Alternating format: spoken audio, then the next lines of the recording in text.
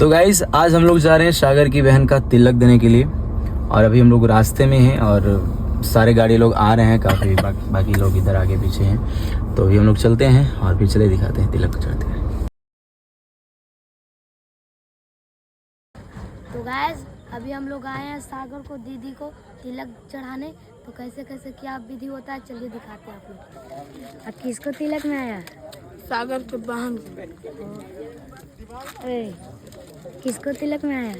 मेरा दोस्त के बहन के शादी में है, तिलक देने आए हैं। तो गाइस ये इधर खड़ा है और ये इधर।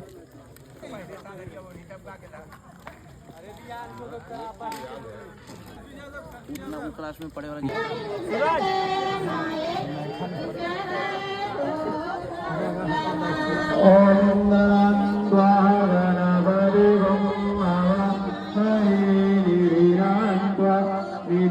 Devam